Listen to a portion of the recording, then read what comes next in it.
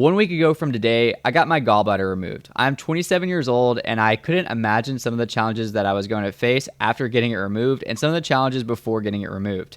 If you're a follower of my channel, this is very different content than what you're used to seeing.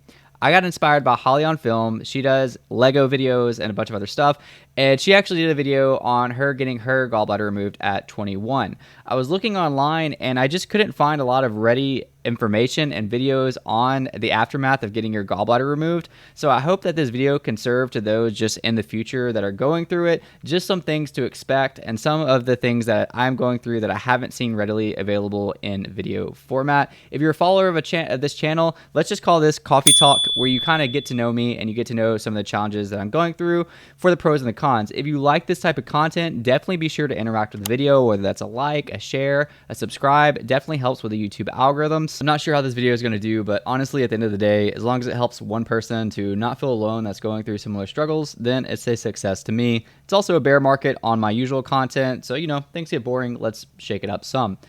So 1 week ago, I got my gallbladder taken out, and I really expected this to be a pretty easy process. I got a pretty severe shoulder surgery a couple years back. It was a slap tear surgery, messed up the bone. I had bone damage in my shoulder. It got attached, basically reattached to my socket. I dislocated my rotator cuff, got all of that fixed up, and that was a painful surgery and a painful recovery.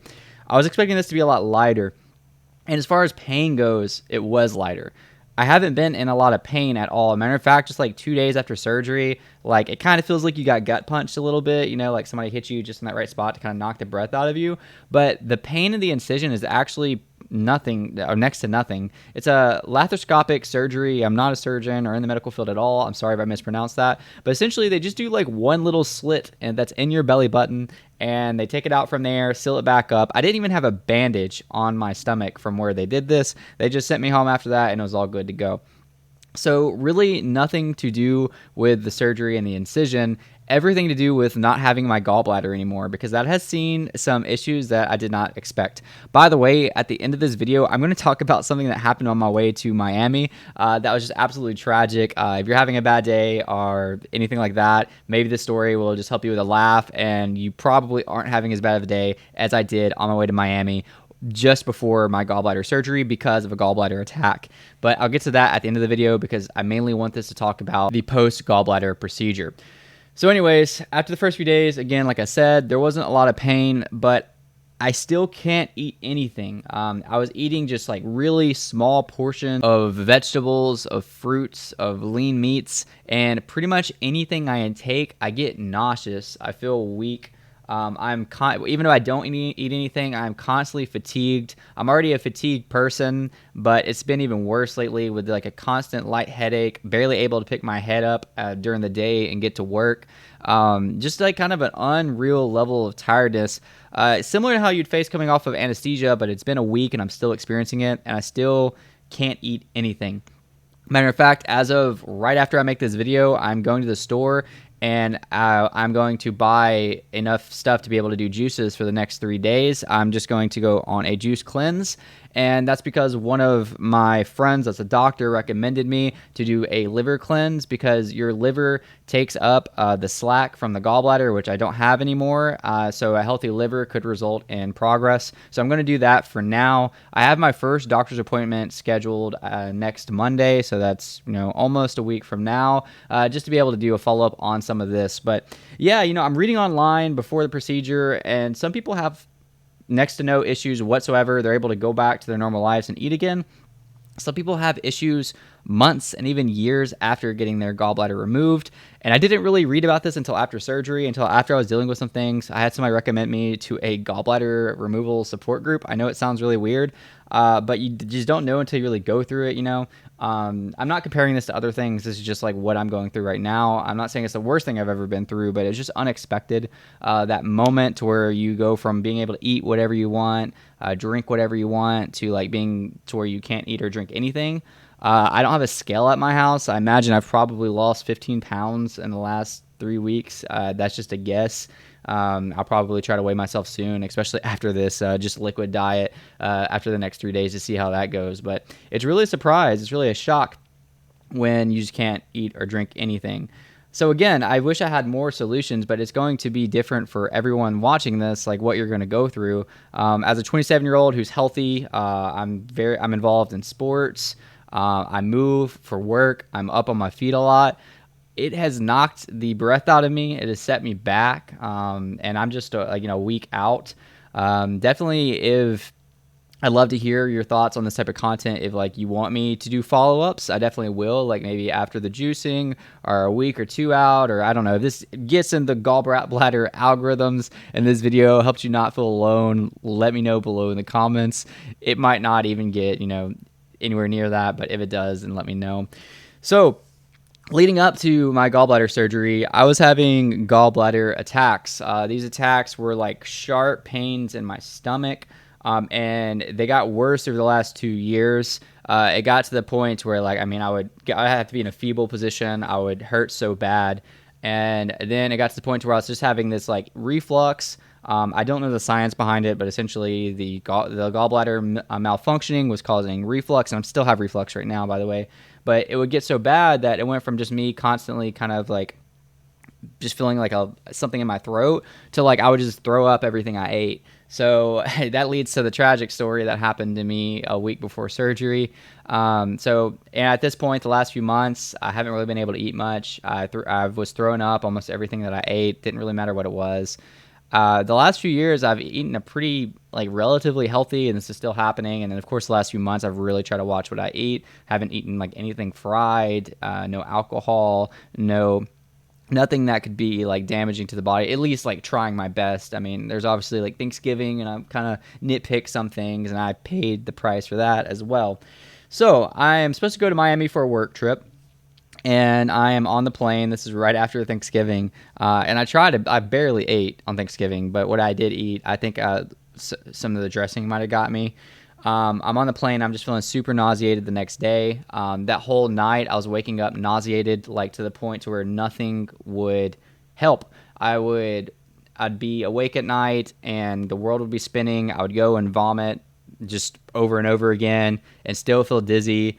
I couldn't even lay down. Like, there's a lot of pains and stuff that you can kind of escape by, like, laying down and, like, getting in a feeble position and curling up to your pillow. Like, I couldn't escape that. Like, if you've ever been this level of dizzy, you're laying down and the whole world around you is just, like, spinning, and you're just there, like, suffering. It's honestly awful. Like, there's not many things I can think of off the top of my head that I'd rather be than nauseous, like, or that is worse than nausea for me. So yeah, it was just awful. Basically, I just have to, like, curl up on a toilet and just sit there and just throw up. And this happened night after night. I'm on my way to Miami, and I'm on my first plane. We're taking off, not even 15 minutes. And this is, I guess, the one plane that I've ever been on that didn't have, like, a bag for you to throw up in. And so I'm also in business attire. As soon as I get to Miami, I have a business meeting with some important people. And so I'm dressed up. I am in, slacks and a button-up shirt and, dressed up for the party and some nice clothes. Or for the meeting. There's a party with people that I need to meet. And I'm on the plane, and I have no choice to just throw up bile all over myself. It was super embarrassing. I didn't have a bag. It's just, like, all over my clothes. It got on the guy next to me on the plane. I felt awful, but there's literally nothing I could do. I, like, tried my best not to make it, like, go everywhere, but I couldn't. The lady next to me offered some tissues, thankfully, but she was also kind of freaking out. She was doing, like, a prayer. I don't know if she thought, it was whatever. But she was very helpful with the tissues. And there's no flight attendants at this time because, like, we're still kind of, like, taking off. We're only, like, a couple minutes into takeoff. They're not allowed to walk the aisle yet, and you're not allowed to get up yet. So yeah, and I guess in hindsight, I could have carried my own bag. I just wasn't expecting it. I've never thrown up on a plane before, and while I was nauseous, I just didn't think I would throw up on the plane. My bad for not seeing that. So super embarrassing story, but all that to say, leading up to my gallbladder removal, I was having these gallbladder attacks. It took them 2 years to diagnose me. Lots of issues with insurance that led me kind of getting scared of tests. But essentially, they kept on doing, like, scans on me. They did, like, CT scans, upper GI scans, MRI. I think I'm saying it right again, not in the medical field. They did a bunch of scans on me, and I didn't have any gallstones or anything, so it was kind of hard to diagnose. What ended up working was they did an ejection infraction. What finally worked is they did this injection in me. It's like an EF thing. Basically, they inject you with this radioactive stuff that goes through your liver, through your gallbladder, and it just tests the functionality. Mine was 18%, which is pretty low. I think they recommend getting it out if it's like below 30%. I also got an esophagus scope the next week, and I guess through that scope, he was able to tell that my gallbladder just wasn't functioning, and it was like leaking bile, which is probably causing some of these attacks and probably causing me to be nauseous and vomit or whatever. So that's what led me to actually get it out. Right now, 7 days out, I'm questioning whether that was the right decision or not. I guess, and we'll see in the long run. I'm kind of lost right now, and I'm in a better place today. But it's again that point where you go from like pretty normal to not normal is very eye opening. So I hope somebody watching this is like maybe going through gallbladder surgery and like can maybe share your stories down below in the comments.